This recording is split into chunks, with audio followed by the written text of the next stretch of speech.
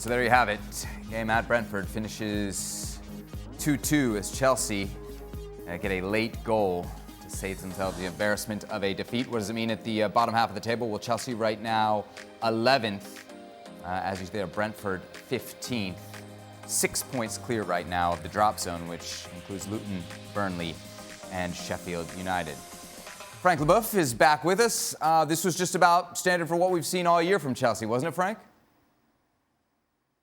It was, Seb, and again, you have some hopes. You see some stuff that you say, okay, it's getting better. They're more consistent, and second half, they lose it, and you don't know why.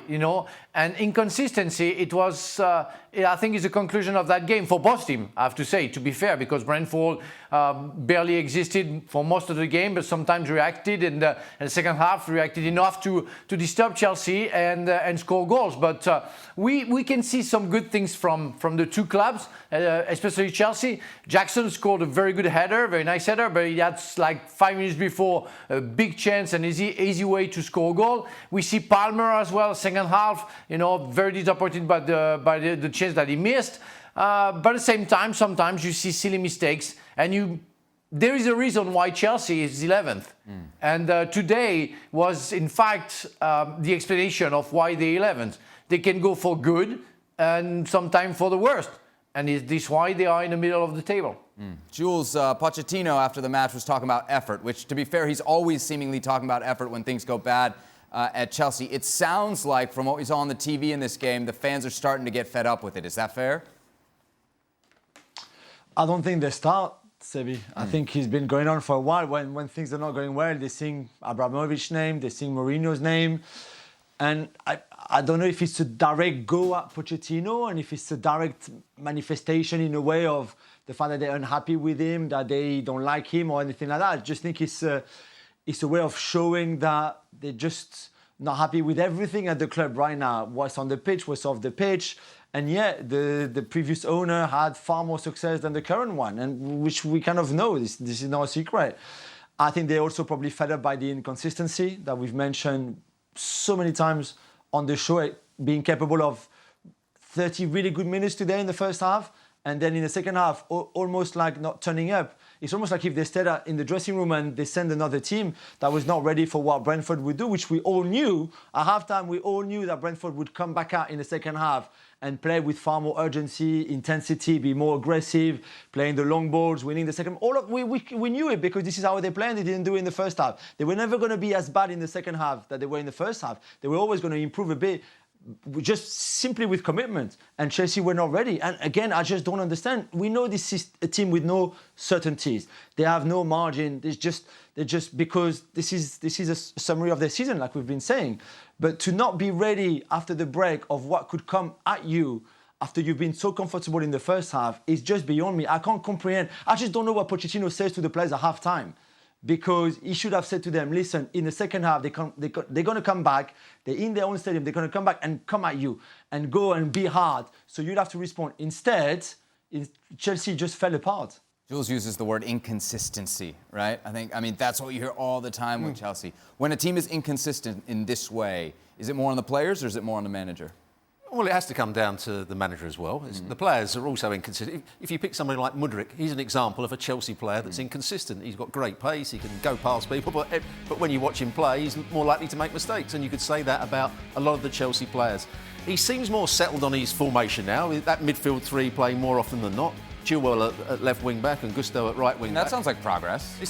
There is some sort of progress in terms of consistency of selection. And he obviously fancies Jackson rather than Nkunku, who's not fully fit at the moment. And Palmer's playing in one of those forward roles. He left Sterling out the side today, who came on and did OK for the last 15 minutes. But Jules is right. They are inconsistent, both with their effort and their performances.